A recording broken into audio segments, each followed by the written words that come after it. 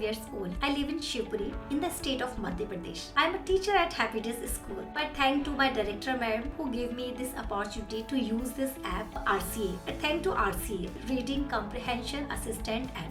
I teach to the students and I interact with the parents regularly, so I took advantage from this app. Before that, I have some problems. I faced several challenges. I did not have confidence. Sometimes my vocabulary, my pronunciation were not good. But after using this, I feel confident. We know that English is most important in both your professional and personal life. And especially if you are a teacher, it is very compulsory to speak with your students, with your colleagues, with your friends. So I use this app. You can use this app anywhere, anytime, and it is available 24 hours. All exercises are based on 4 skills: reading, writing, speaking, listening. I have completed my exercise. After that, I was amazed to see my instant feedback. It tells us about our mistakes and improvements also. Before that, I watched many videos of speaking English, but it did not help me. RCA is very good, affordable and very effective. People who are struggling with English, they should use this app. Student and who are teacher, who are doing any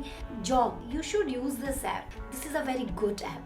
I would like to give a rating to this app 10 out of 10. Thank you.